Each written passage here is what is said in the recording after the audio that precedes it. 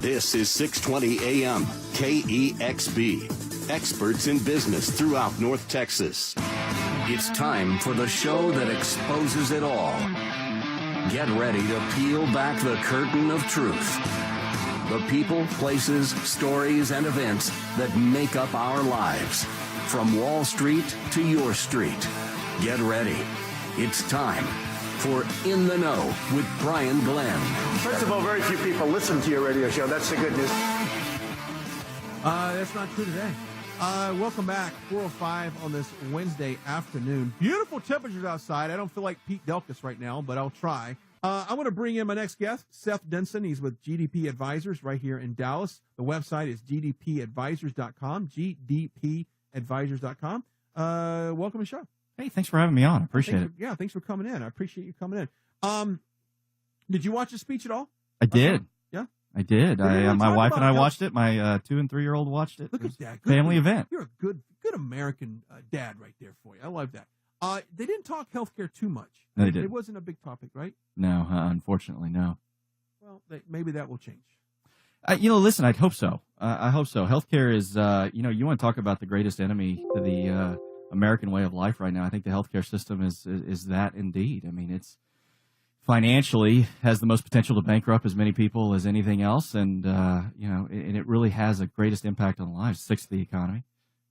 It's something that absolutely needs to be addressed. It is unsustainable the way it is now, and I wish Washington would get it together and get something done. All right, so do I. Let's talk a little bit about your GDP Advisors. Yeah. Kind of a 30,000-foot elevation on what you guys do. Sure. So, we represent employers. Most Americans get their health insurance from their employer market. They access the healthcare system via the coverage that their employers offer them. And, our firm was founded in 2012, and it was on the backs of our industry is inherently broken. Let's find a way to fix it. And so rather than, being an insurance agency or someone that places insurance, we often say insurance is a byproduct of what we do. We're agnostic to the insurance. Our job is to help employers access the market in a more effective way to really control the asset that is what they're spending on healthcare. It's interesting to us as we talk to employers throughout the country, and our clients are all over the United States, in that employers and business owners are oftentimes brilliant in how they manage their business, right? They're technicians. They understand P&Ls. They understand where the money's going. Unfortunately, healthcare is one of those areas, though, that just everybody gets dumb when it comes to, right? They're terrified to ask questions. They don't understand what's going on. And so the response is, well, let's just kick the can down the road, right? Let's just take what we're getting from United Healthcare, Blue Cross, Cigna, Aetna. I'm not going to demonize those groups, but I'm going to demonize them a little bit, right? I mean, these are companies that are in business to make money. And health insurance, unfortunately, has just become health care financing. That's all it is. And since the passage of the Affordable Care Act, the stock price of these largest national insurers, it's up over 200%. So, I often say, I joke because I mentioned earlier, I've got a 2 and a 3 year old and I read Dr. Seuss, and that people would ask me what I do. I'm the Lorax. I speak for the trees, and the trees have no tongues, right? And the consumer in the marketplace right now has no voice. They had no voice in the Affordable Care Act. They've unfortunately had really no voice in the last round from the Republicans of trying to get something solved. And that's our job. Our job is to give them a voice and try to help manage that asset versus just manage an insurance transaction. Seth Denson is our guest on the show, GDP Advisors, located right here in North Texas, right? Yeah, our office is in McKinney, Texas. Oh, well, that's where I live. Here's kind of a twist right here. I live in McKinney. Ben lives in McKinney. My last name is Denson. There you go. This is a really odd coincidence. This is where the show just went off. That's right. Let's take this where it goes. Yeah, let's take it. No, but it's perfect timing for you to come in here because yesterday we touched on this briefly about Amazon, J.P. Morgan, William Buffett, Berkshire Hathaway, everyone getting together. Yeah. Let's talk about that and kind of pulling their resources and money to try to shake up the health and care industry. Sure. I think that the devil's always in the details, right? So sure. They were masterful at how they talked about what they weren't doing yesterday. Yeah. The big announcement came out. The markets reacted. Right. Healthcare stocks dropped. Pharmaceutical stocks dropped. CVS, who just announced that they're purchasing Aetna, their stock dropped. It was this ripple effect just on nothing else except hey, these giants of corporate industry are going to do something. And the question's out there of what they're going to do. Everything's speculation right now, but I think that what they're going to do is effectively what we've been advocating for at GDP Advisors for the last 5 years. And what we've actually done is take multiple employer groups and collectively recreate what the insurance model is doing from a finance perspective. It's spreading risk amongst the masses. It's getting leverage to access the healthcare market in a more effective way, whether that be direct contracts with pharmaceutical companies or hospital networks or anything like that, and really changing the accessible aspect of healthcare. And if you do that, the financial impact is great. So I'm excited to see what they're doing. Bringing in people with business savvy into the conversation and doing something that's outside of the proverbial box that we're in now. What we're doing now isn't working. This model could work. And they've got a great beta test. Amongst the three companies, you've got over 1 million employees. That is critical mass to really take a beta for what could happen in the future if it works. If they're able to reduce the cost of health care and improve the accessibility and outcomes of their employees, why not recreate and replicate that model? And, Amazon's taking over the world anyway. Why not move into this area? Yeah, absolutely. Seth Denson is our guest. The website is gdpadvisors.com, gdpadvisors.com. And you were talking a little bit before we started that, you handle a lot of wealth. You're pretty much a wealth advisor, and the insurance is something you do as well. I think, and I love talking about this topic because I think everyone has to have a path to retirement. Right. They have to have their ducks in a row, and you don't want to get down where, you're in your late 50s and early 60s, and you did not plan for long-term care. You did not plan for retirement. You did not plan on what would happen if you could not work any longer and have income coming in. We'll take a break. We'll come back. We'll continue this conversation with Seth, and then we'll continue to talk about the State of the Union address last night. We'll talk about that, take your calls, and I'll take your messages as well. You listen to 620 AM KEXP, your experts in business.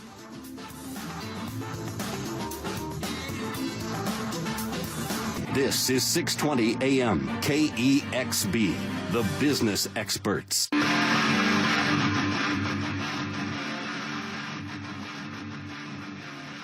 All right. I was just waiting for that bass to kick. 4:18 on this Wednesday. Seth Denson is joining us in the studio, GDP Advisors. The website is gdpadvisors.com. We were having a great conversation in the break, not only about living up in McKinney, which is a great area. Awesome place to live and have your office, which you guys are right there off of 75 in El Dorado. Drove right past it today. But we're also talking about, what Bezos and those guys are doing is smart. But you brought up an excellent point that just your average everyday business has the same opportunity to do what they're doing.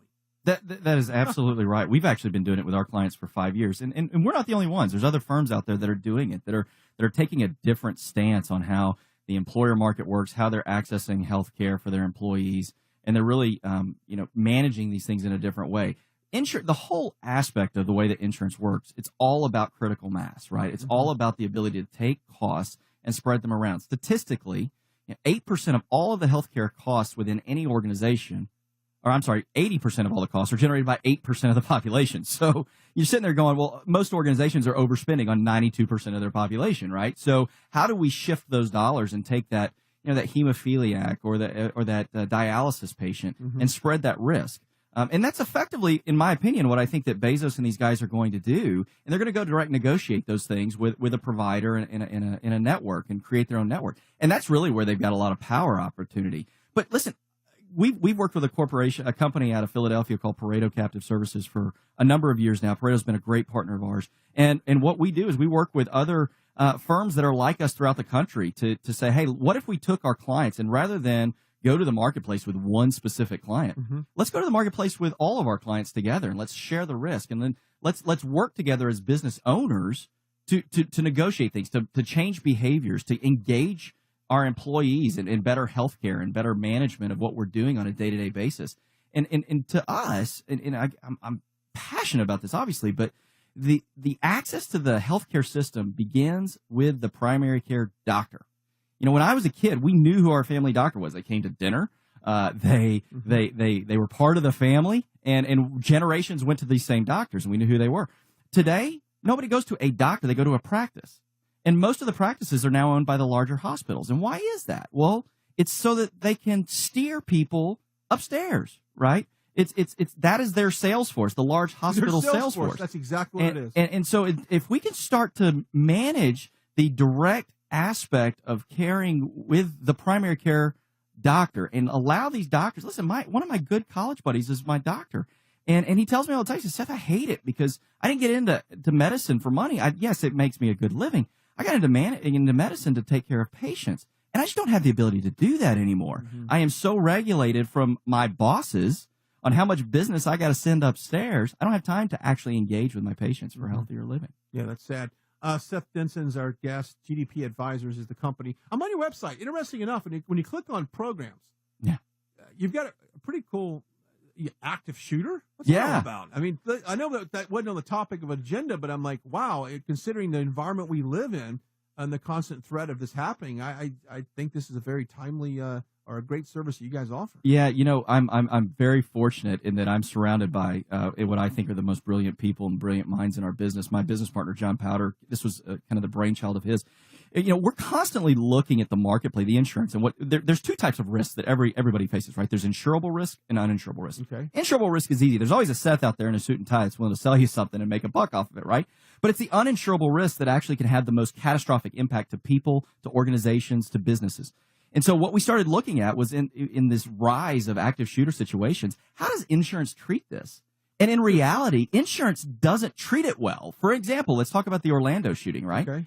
They had a terrorism policy. Guess what? It didn't pay anything. Why? There wasn't $5 million of property damage or a certain limit to property damage. And so there was no answer to the marketplace of what happens in an active shooter situation and how are families compensated? What is the PR structure? And so we created the model. We went to Lloyd's of London and said, this is what we want to do. There's no option here. And they looked at it and said, this is unfortunately an emerging risk in our society, and the market needs to respond to it. And so we're fortunate that we have the paper on that, and that was something we helped create. Wow. I mean, I found that fascinating that there was no policy in place for an active shooter, but you're right, unfortunately. So if you're involved let's just go back to Orlando. So if you're involved in something like that, there's no benefit. There's no. There are policies that are out there in the insurance world that help to offset some of those costs, general liability, some of the different things, right, that are out there. But there's oftentimes what we find there's gaps in these coverages. Listen, this is shocking. I'm sure it's going to be shocking to your listeners. Insurance companies are in business to make money, right? Yeah. And they're really, really good at it. Mm-hmm. And whether we're talking health insurance or commercial insurance or any other types of thing, right? And so this is the world that we live in, and these companies have recognized that they're going to mitigate their risk in the most, in the easiest possible way. And so, organizations like ours are really out there to try to be that voice for the voiceless. I think I mentioned it the last time. We're the Lorax, we speak for the trees, and the trees have no tongues. We have a guy that comes on the show periodically, and he's made a reference to, he doesn't necessarily, I wouldn't say believe, but there's ulterior motives to a healthcare company coming into your place of business and saying, hey, we're going to do blood work and take blood pressure on everybody here. We're going to do these health checkups because, let's just be honest, getting in line, sitting down, getting the blood pressure monitor set on there, maybe there's needles involved, maybe we're going to take some blood. There's a lot of stress involved. They're getting so much data on you that the next year when they come back to you, they can go, well, the last time we were here, we found that 37% of your employees had high blood pressure, or 27% of your employees had this, and that, in order to justify a rate increase. Right. Does that make any sense to you? It does. Listen, not to say that health checkups aren't bad. No, health checkups are great. I'm not a big fan of the biometric screening on-site doctor, and there's a reason for that. And the reason I'm not a fan for that, and part of it is healthy people, they're already doing the right things, and the unhealthy are not. And sure, every once in a while, as soon as I say that, there's somebody who's going to call in and say, well, no, listen, they found out I was about to have a heart attack. This was the best thing ever. And God bless you. I'm glad that you did that. But we think that a better option is to get those employees engaged with a primary care physician, get them in front of a doctor so they can manage care. Because listen, I've been involved in these things before. I've been there with clients as they did these biometric screenings, and the employee gets the readout and it goes right in the back of the pickup truck, and they just move on down the road and they go right back to their Marlboro Lights and their double cheeseburger. And so this idea that we're going to engage people long term, unfortunately, the consumer has to be spoon fed anymore. It's not this idea that they're going to go out and be good consumers of healthcare. They're just not. It does have to be forced. With relation to the insurance company getting information, yeah, I'm going to get geeky here for a second, but so the United States moved into what's called ICD-10 coding about 2 years ago, back in 2015, and that's just effectively telling a paper pusher like me what's really going on with somebody's health. So every time you go to the doctor, fill a drug, do anything, there's a code, there's an electronic health record for that. That data is there, and it's good data. I love data. I'm all about big data because I use it to the advantage of my clients of really understanding how to budget for future costs, how to negotiate, where to move the needle, so to speak. But insurance companies use it for the same thing. How do we increase costs? What is the forecasted cost going to be to us? And how much more do we need to increase the finance charges, right? Mm-hmm. It's like, I want to get a better deal on my car, so I'm going to go to the finance company to get it. It's not where you go, right? Yeah. And unfortunately, this is the structure that we're in. Yeah, a great, excellent point there. And like Seth and I were just saying, go get your physical. We're not saying don't do it. Go get a primary care physician and engage. Yeah, and engage, because definitely I think prevention is the best. Early detection is the best prevention for anything like that happening. But just be mindful. They've got your. I mean, the guy, the way he put it was, who's not nervous sitting in there in a trailer getting your blood pressure amongst exactly your coworkers, and you got needles over here, and you're going, oh God. Everything's elevated. I mean, I've been in places and they've said, "Are you okay? Did you run here?" I'm like, "No, I'm fine." And they're like, "Okay, because it's a little high." I'm like, "Yeah, because I see a catheter over there. I got a needle over here." It's like, "Yeah, I'm a little nervous right now." That's exactly right. And information is great, but what are you going to do with the information? Yeah. And that setting doesn't really offer up anybody to do anything with the information that they get. Yeah. Seth Denson joining us. I love your name, Seth Denson. Thank you. It's awesome. GDP Advisors. Go to the website, gdpadvisors.com. You'll see a great layout of all the services they have here. Some testimonial stuff looks like you have on here from as well. So we'll continue this conversation on the other side of the break. And plus, we'll talk about, is coffee, is it cancerous? I mean, you hear all these research. Wine's good for you. Wine's bad for you. Coffee's great for you. Coffee could cause you cancer. I'm so confused. I just am. Yeah.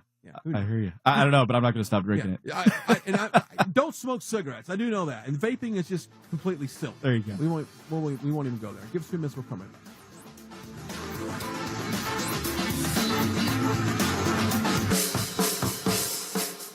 All right. I always say coming out of this song, we need more cowbell. More cowbell. More cowbell.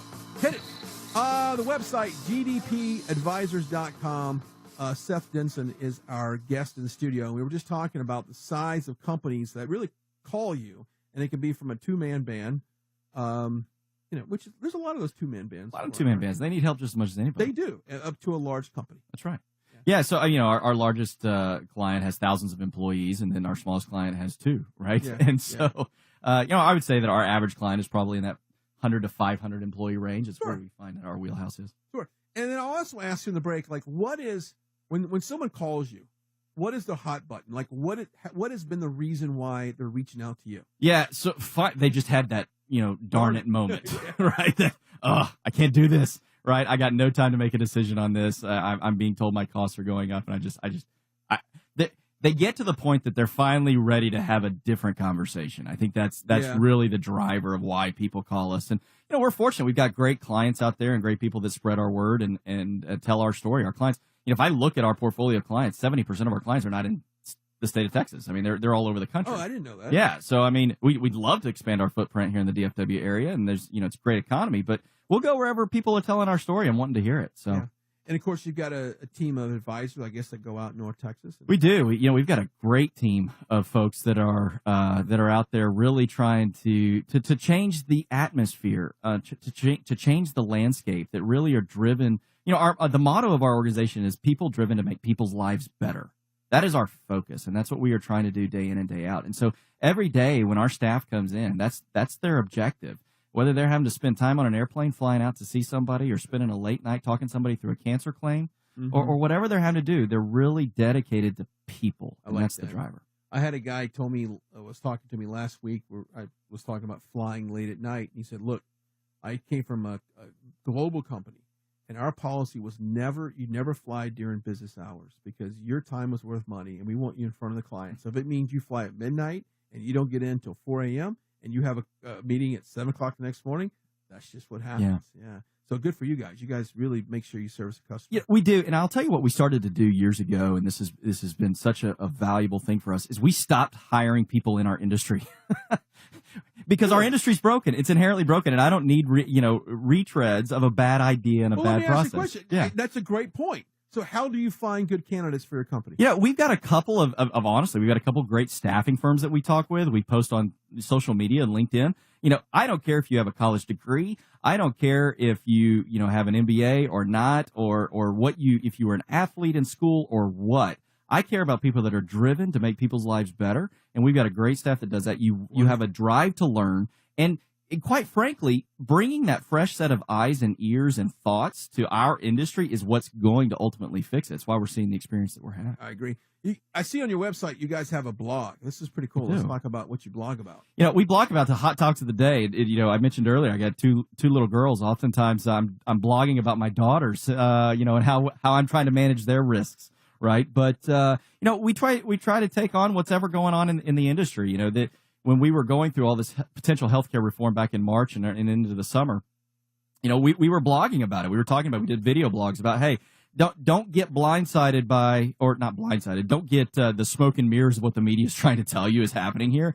It sounds good. And depending on what radio station you're dialed into, right, you might hear a different story and just really pull out all of the garbage and really just talk the facts, right? Joe Friday said, just the facts, man. So really our blog is about that. It's about helping people understand. I always tell people, we speak healthcare, we speak insurance, but we speak Texan too. And we will try to tell you in Texan what's going on. I like that. And then really try to use common sense to try to navigate this world that we're in. I like that because, when it comes to healthcare, I feel like I know the American people were lied to. Absolutely. When Obamacare was rolled out, and we could keep our doctor, your insurance, your premium's not going to go up, and of course that was the exact opposite of what happened. So I like the way that you guys shoot straight with your clients, and I think that's important because and listen, this goes beyond politics, and obviously I lean one way versus another, but the problems are problems; they're real, and they need bipartisan approach and common sense approach to fix them. I have been overly critical of the Affordable Care Act, but I was critical of what the Republicans tried to do earlier this year to fix it too, in that they're getting their information from the wrong places and they're not talking to the right people. I thought what John McCain said on the floor of the Senate was phenomenal. We need to do more listening than talking. We need to talk to one another. We need to understand what we need to do. And I've been critical of John McCain on a lot of things too, but in that one area, he was absolutely right. We need to understand what's going on and how does it impact everyone. I think this can be solved. Now, will it ever be solved at a macro level from the federal government? Probably not. Most things aren't. But we could get some good ideas out of the Amazon deal. Which is why I'm very excited about that, because what we have preached for a long time is let's start solving problems at the micro level, right? One foot in front of the other, what we can do to control our own situations, what we tell our clients. And it's what I'm hoping, Amazon and Berkshire Hathaway and JP Morgan are going to try to do here. They're brilliant business people. They understand markets. They understand negotiations. They understand that the economic principle holds true in healthcare as it does in everything else, that the cost of something is related to the number of units consumed and the price in which they are consumed. And if we can start to maneuver those things and manage it and eliminate some of the fraud and waste that's out there by going somewhere else to get answers, we might start moving that needle. Absolutely. Seth Denson's our guest in the studio. GDP Advisors is the company, the website, gdpadvisors.com, gdpadvisors.com. So give me an idea when someone calls you, walk me through the timeline between the appointment and the pretty much implementation of a new plan, or it always starts with questions, right? We always ask. My favorite question is, why are you calling me? I want to understand what is the pain, what is the issue, and to treat every client exactly the same with the same subset of problems. It is absolutely ludicrous. The solutions, well, they could be within what the client is doing now. It's just understanding them differently and how to access them differently. So, we have clients that retain us after a first call. We have clients that it takes 3 to 6 months to say, hey, okay, these are the guys and the gals that we really want to be working with. And so it really just starts with the conversation. Where have you been? Where are you now? And where are you going? And how do we get there? And how do we, what are you doing today to impact what you're going to be doing in the future? And I get this. I love having the conversation around timelines, right? Because everybody thinks about insurance specifically on a 12-month timeline. But business owners don't think about any other aspect of their business on that. They think about the 5-10 year impact. They don't think about insurance that way. Why? Well, because we've trained them not to think that way, right?